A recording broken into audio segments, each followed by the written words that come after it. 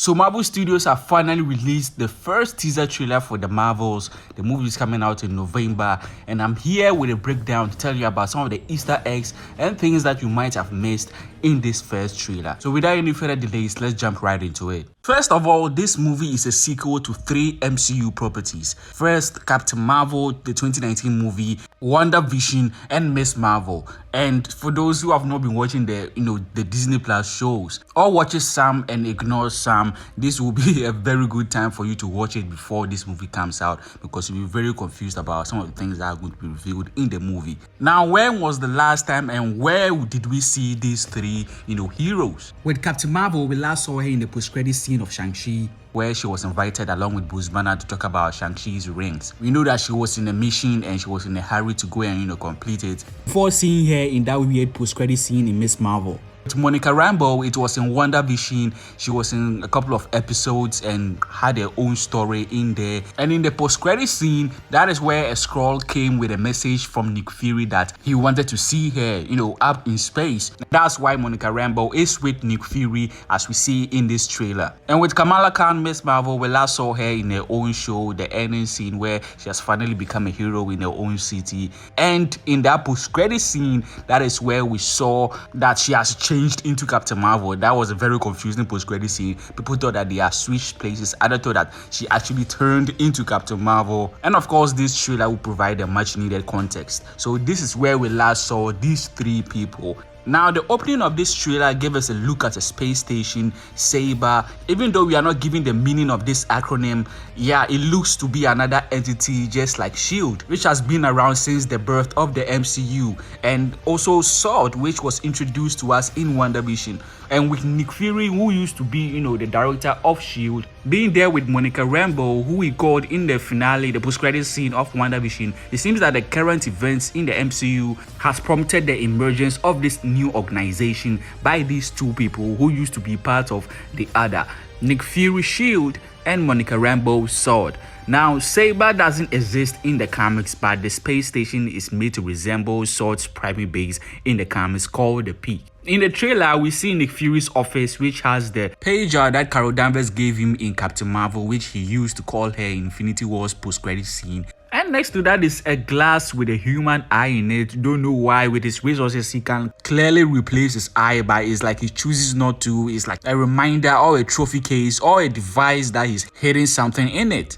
Now, I know that people obviously think that Secret Invasion coming before the Marvels indicate that, the Marvels is a sequel to Secret Invasion. But since we are not told that, it may not be necessarily true. Nick Fury in Secret Invasion looks much older and rugged and, worn out compared to the Marvels. Even looking at his beard from both projects. So we'll see about that, how, Secret Invasion ties into the Marvels. Maybe it's a prequel or the other way around. Now, in the space station, Monica Rambeau is investigating a jam point, which is giving off a weird reading. As we all know, jam points were introduced in the first Guardians movie and is the entry and exit point of the Universal Neural Teleportation Network and used to travel the universe. And so one being near Earth is not a surprising thing, but something goes wrong when Monica touches it and is teleported to a different place outside a suit, which is replaced by Kamala Khan, who is scared but still excited and asks, Nick Fury whether this is a test, an Avengers test, which makes sense since,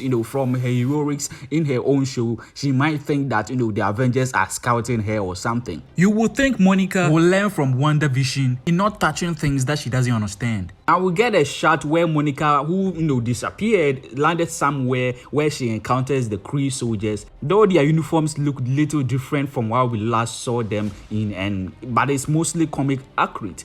Monica tries to use her powers to fight back, and we cut to the next shot where we see Carol Danvers' Captain Marvel, who looks to have been teleported there also. Now, this is adding much more context to what we saw in the post-credit scene in Miss Marvel. Now, someone might be messing with these time jumps, that is why it's going haywire and causing these strange readings that, they are learning about. Marvel Studios continue their trend of changing their logo for each installment now, and we see that it switches around, reflecting some of the plot of the movie. Fury and Monica Rambeau are now back on Earth in the next shot, visiting Kamala's house to uncover these, bizarre events, with Monica explaining. Okay, so our powers are entangled.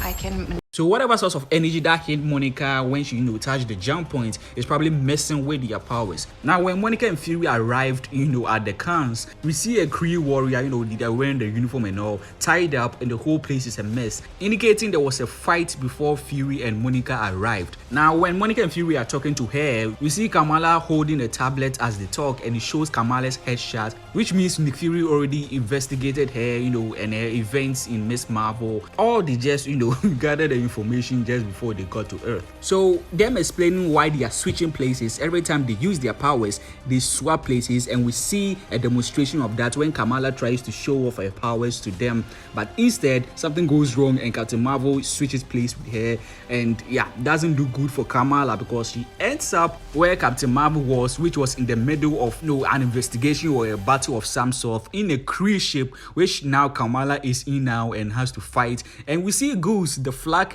also there, meaning Captain Marvel and him, are on a team up mission, and Miss Marvel is quietly terrified when Goose takes care of the Kree, showing he's not just an ordinary cat.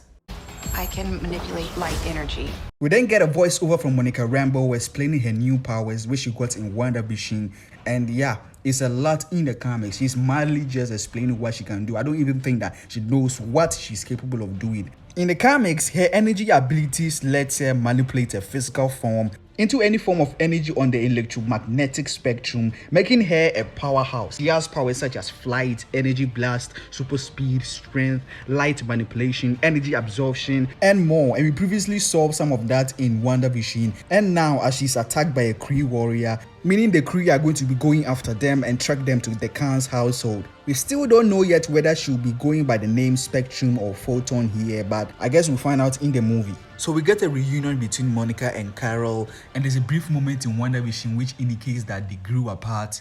Well, I'd argue that Captain Marvel came close. Her powers came from an Infinity Stone too, right?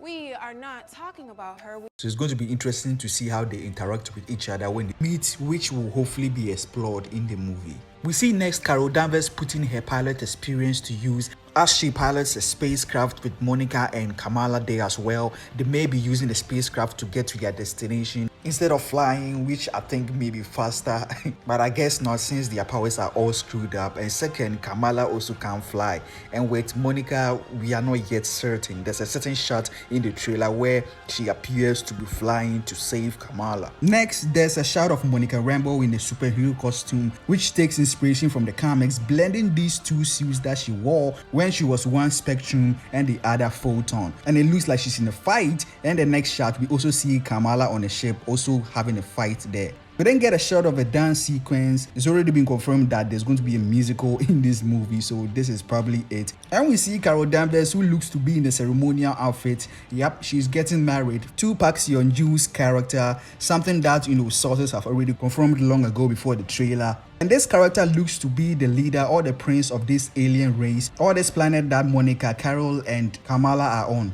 Now, what's more terrifying and cute more than one Flaken? Well, multiple ones, as we see these baby Flakens who seem to be Goose's kids. Next, we then see Nick Fury on Saber, this time with only humans in the background. Yeah, we have not seen the full picture yet, but the last time we saw him, it was in Spider-Man Far From Home, where he was surrounded by Skrulls, but here there's not even a single one in sight. And this could be that there's a fallout between them, indicating the movie comes out after Secret Invasion, or they parted ways after Nick Fury set up his space station, and they are somewhere doing their own thing. Then get a first look at our villain in the movie, Darben, played by Zawe Ashton. We see her holding a familiar weapon, the Kree Cosmic Rod, which we first and last saw in the first Guardians movie held by Ronan the Accuser. She looks to have taken his place, and she's also seen wearing a bangle similar to Kamala's, perhaps is the second one. And we see her use similar powers and all in her fight against the trio.